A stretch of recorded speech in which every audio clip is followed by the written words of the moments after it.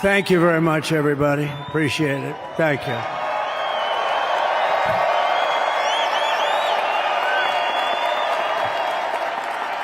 So now the work begins. We won, but now the work begins. We have to bring them home.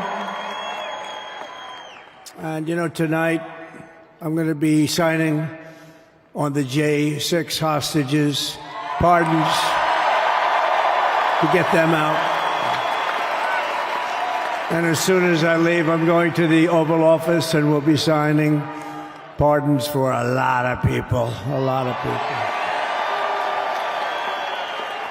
And thank you to Steve Witkoff. He's a great guy. He's a friend of mine. He's been a very successful man. He's a great negotiator. He's a wonderful guy. People love him. And he's got a tremendous power of persuasion.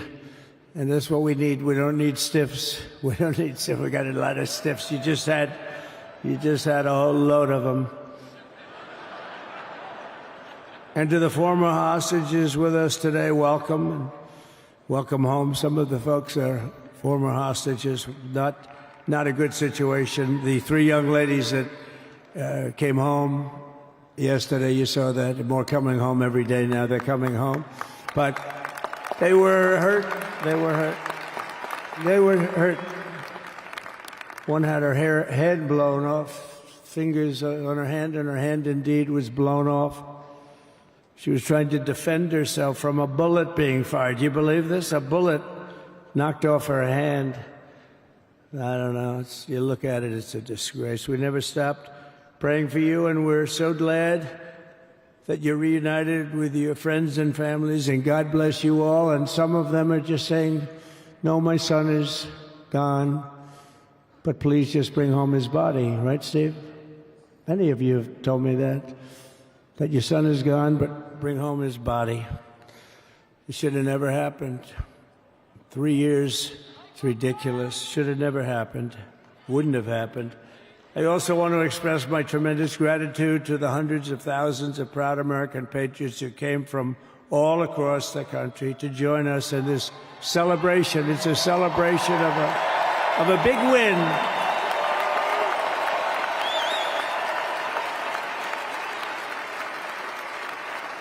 And you're witnessing the dawn of the golden age of America. That's what it's going to be. We're bringing it back. We're going to bring it back fast.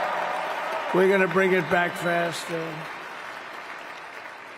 Let us also thank the incredible service members, National Guardsmen, Police, Secret Service, and law enforcement personnel who are keeping us all safe, even though, and they are great people.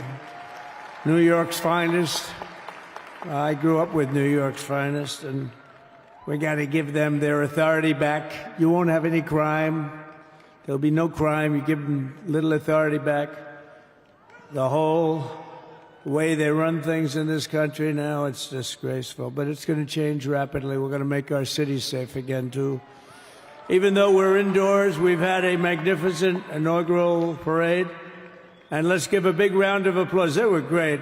To all of the incredible performers and hardworking men and women who made it possible. Those people, really talented, amazing people. I also want to thank my wonderful family for being here, especially my beautiful wife, our First Lady, Melania.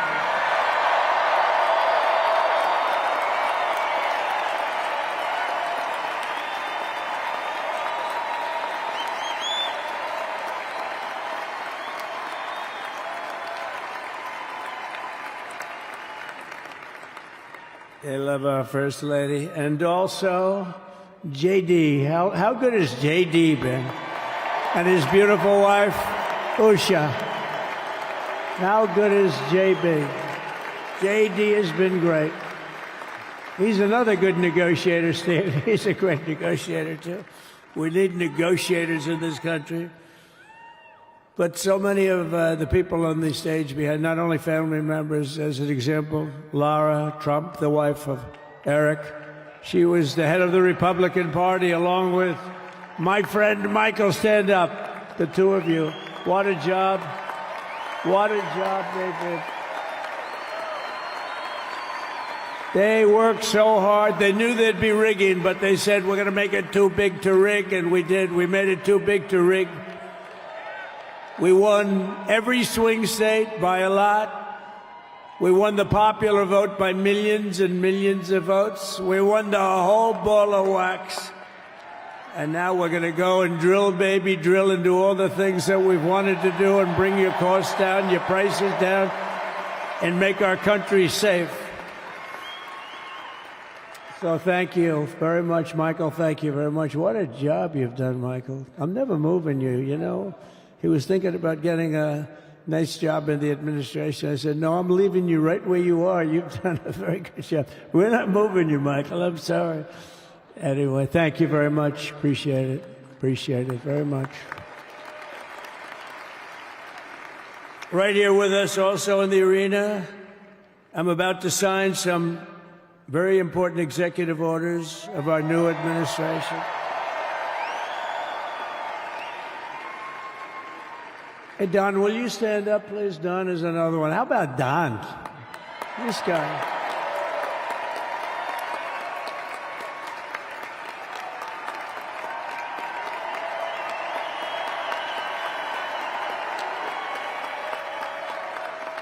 He's a popular one. He goes out and speaks. He gets a big crowd.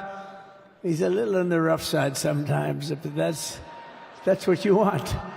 He's done a fantastic job, and he loves our country. Thanks, Don. Great job. You've done a great job. And Ivanka.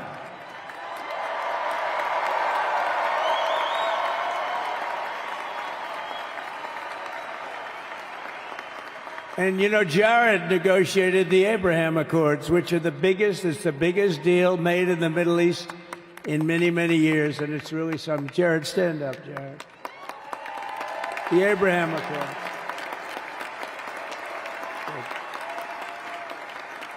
And Tiffany's going to have a little baby. And Michael.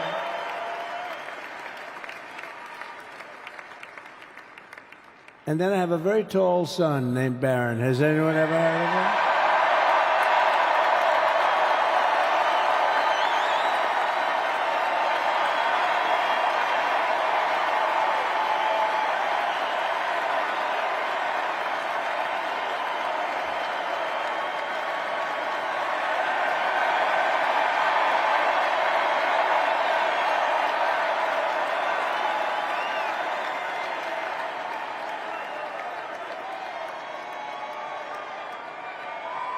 Thank you.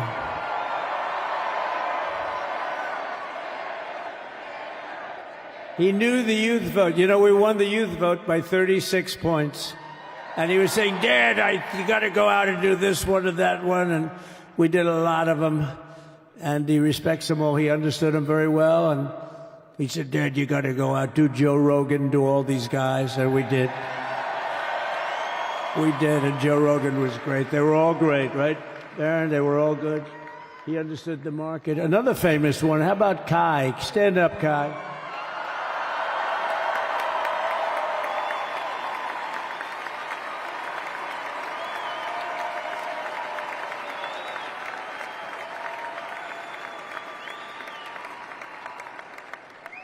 Is that Byron Donalds back there? Stand up, Byron. Stand up. What a future this one has. What a future. That's great, Byron. Thank you very much. And how about Lutnick, Secretary of Commerce? He's going to take in more money than any country has ever even thought about. He's going to take in some money. And we have many others. Look, I'm not going to go through it, but we're going to sign some orders right now, and that's really what I want to do. So we're going to sign executive orders. First, I'll revoke nearly 80 destructive and radical executive actions of the previous administration, one of the worst administrations in history. Maybe not one of them, the worst. Anybody that would allow millions of people to pour through our borders from jails, prisons, mental institutions, insane asylums, gang members to be taken off the streets of Venezuela and deposited in our country, and many, not just Venezuela. You know, crime in Venezuela is down 74% because they took their criminals and gave them to us through an open border policy of the previous administration. All over the world, they're emptying their prisons into our country. They're emptying their mental institutions into our country. It stops as of 1 o'clock this afternoon. Okay, it stops.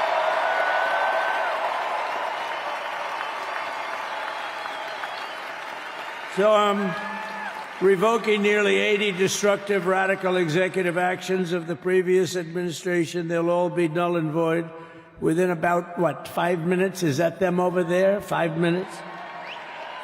And next, to gain immediate control of the vast federal, out-of-control bureaucracy, I will implement an immediate regulation freeze, which will stop Biden bureaucrats from continuing to regulate. Most of those bureaucrats are being fired. They're gone.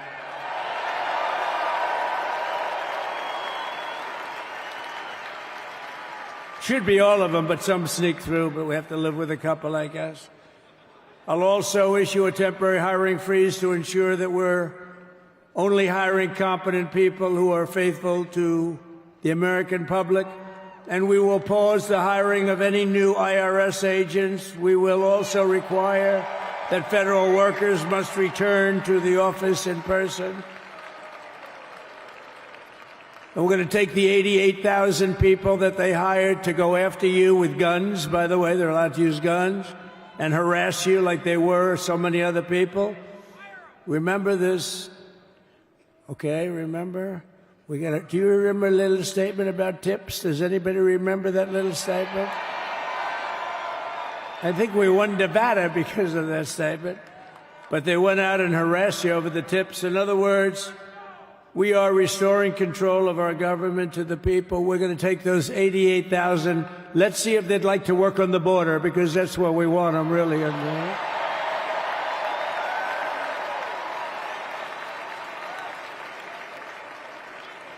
So we're going to have no tax on tips, right? No tax on tips.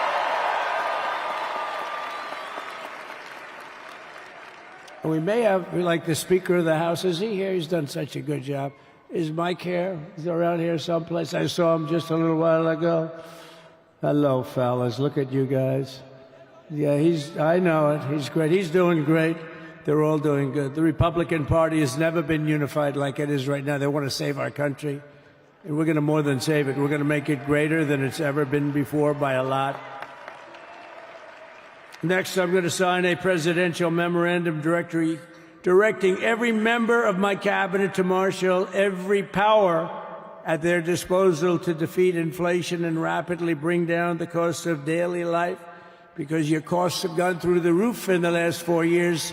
Perhaps you didn't notice. Does anyone notice their costs are like double, triple, quadruple? You can't buy bacon.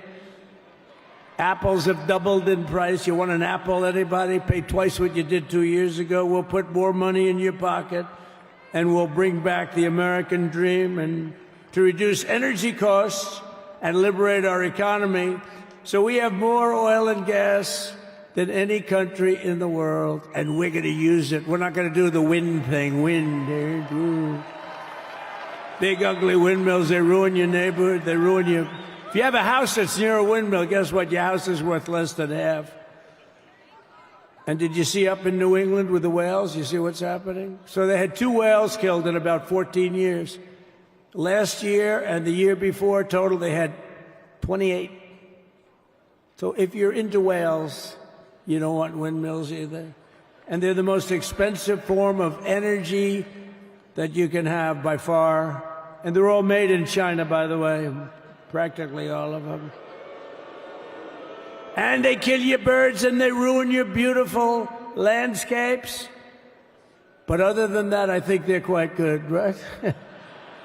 Now, remember when we used to joke and kid when we were kidding, but we don't kid anymore? They want to watch the debates on television. They want to watch your favorite president on television. But the wind isn't blowing, so we can't watch television that night, Gladys. Remember? Gladys, I'm sorry, the wind is just not blowing. We're not watching Trump tonight. But I'm immediately withdrawing from the unfair, one-sided Paris Climate Accord ripoff. The United States will not sabotage our own industries while China pollutes with impunity. You know, China, I mean, look, they use a lot of dirty energy, but they produce a lot of energy. And when that stuff goes up in the air, you know, it doesn't stay there. It's not like you got a wall. We love walls, don't we? Not like you have a wall around and it doesn't. It floats into the United States of America after 3.5 to 5.5 days. It floats across the oceans and it comes right over your neighborhood and it falls into your neighborhood. So they all say, we have to fight for cleaner air, but the other dirty air is dropping all over us. So what the hell are they talking about? Unless everybody does it, it just doesn't work. You know, we had the cleanest air and the cleanest water that this country's ever had under the Trump administration, and we didn't do anything to stop jobs and stop production. Believe me, you're going to see a lot of companies come pouring back because tariffs. I always say tariffs is the most beautiful word to me in the dictionary. Then I was reprimanded by the fake news. They said, what about love, religion, and God? I said, I agree.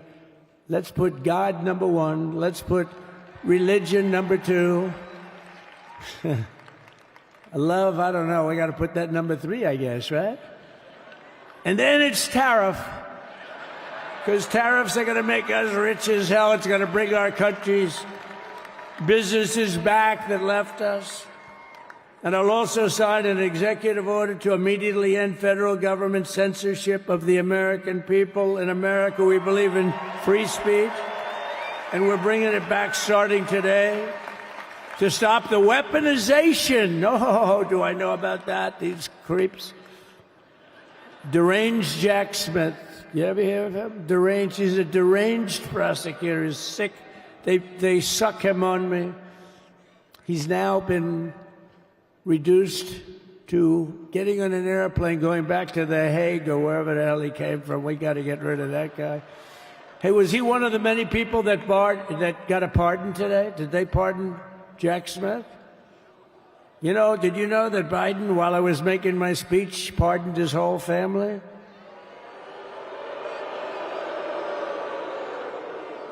The brother, the whole deal was pardoned. Can you imagine that? While I was making my speech. Did everybody hear my speech? Did you like my speech?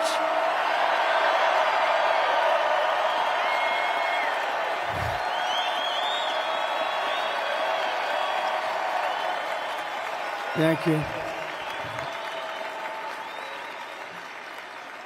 I mean, the only thing wrong with it is I had a lot of tough things to say, and I have some great people that work for me. Sir, this is such a great speech. It's so unifying.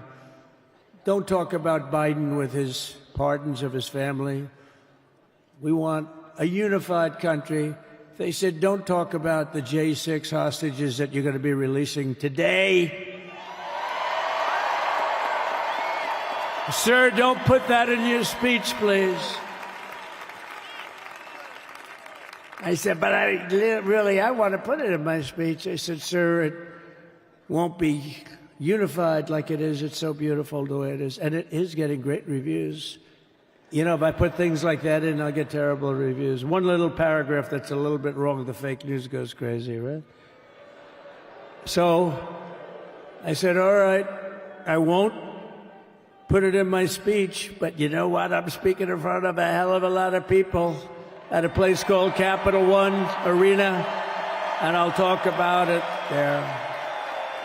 So we're going to be going over the beautiful Oval Office, one of the great offices in history. Even if it wasn't beautiful, it's the Oval Office, but it is beautiful. And we love the Oval Office. It all starts with the wars start and end there. Everything starts and ends at the Oval Office. We love it. But we're going to go to the Oval Office. We're going to sign. We're going to release our great hostages that didn't do, for the most part, they didn't do stuff wrong. You take a look at what went on, and look what happens in other parts of the country. In Portland, where they kill people, they destroy the city, nothing happens to them. In Seattle, where they took over a big chunk of the city, nothing happened. Minneapolis, where they burned down the city, nothing happened. Essentially nothing happened. All they want to do is go after the J6 hostages. A 76-year-old grandmother was arrested the other day because she was looking, I think because she was looking at the Capitol or something like that. No, we're not going to put up with that crap anymore.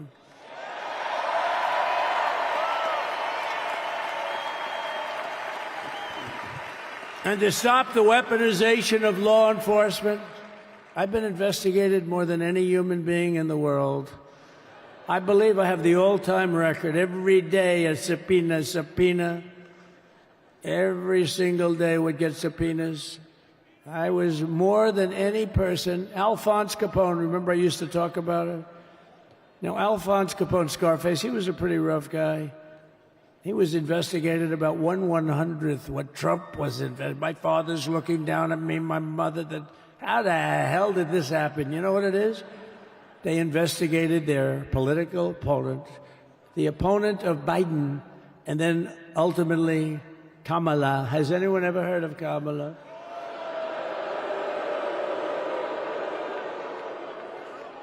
We had to beat two opponents, you know? We had to beat Biden, then we beat him. Now he goes on top. The guy was like 39 points down. I think I could have beaten Trump. They should have left me in. I would have beaten. No, his debate performance wasn't the best, right? That's what killed him. And then they had to change, and that's like you get into a fight. The great Dana White spoke last night. We love Dana White, right? UFC. That's like he puts in two fighters. One of them's getting creamed, getting really beaten, and they say, all right, take him out. Let's put somebody else in to finish up the fight. That's what they did to us. They gave us somebody new, but we took care of both of them. So we beat actually two opponents. But to stop the weaponization of law enforcement and our government, I will also sign an order directing every federal agency to preserve all records pertaining to political persecutions under the last administration, of which there were many, and beginning the process of exposing any and all abuses of power, even though he's pardoned many of these people. Can you believe it? He's pardoned them. You know why he did it while I was speaking? Because that way I couldn't speak about it. I was speaking. I didn't know he did it. I finished my speech, and they said, sir, he pardoned his whole family. I said, oh, can I go back out there and talk about it? Somehow that wouldn't be very elegant. Our First Lady would say, please don't do that. But we have plenty of time to talk about it, and we will. We're doing all of this on our very first day in office. You know, don't forget, we've been in this position, really, where we won the primaries in record time. We were the fastest win of a primary ever in political history, which is a very nice thing. It's nice to know. Well, the second election was rigged, so we knew we were doing well. And if it wasn't, you know what? If it wasn't, I would have never run. But the third one was just a monster. Boy, was that a big one, huh? That was a big one. On the second one, we got like 10 or 12 million votes more than the first one. How about that? We did great on the first one. We did much better on the second one. But bad did we do well on the third one. So we're gonna have some fun. It's very simple. We're gonna make our country great. We're gonna make our country great again. We're gonna make America great again. How good a name is MAGA, though, right? You know? I was going to say, keep America great, but unfortunately it wasn't great. Can't say keep it great. It will be great again, but CAG, keep America great, CAG, I don't think it's ever going to replace MAGA. Does anybody like CAG? I don't think so. It's never replacing MAGA. Nothing will ever replace MAGA. MAGA was the most successful political operation, political movement in the history of our country, maybe in the history of the world. Let's see what happens, because we're not finished yet. We're not finished yet. We got a long way to go. But we're doing this on the very first day in office, and in just a few moments, I'm not only signing the release of the J6 hostages, I'm signing other things that you're going to love. Oh, you're going to be happy reading newspapers tomorrow and the next day and the next day and the next day.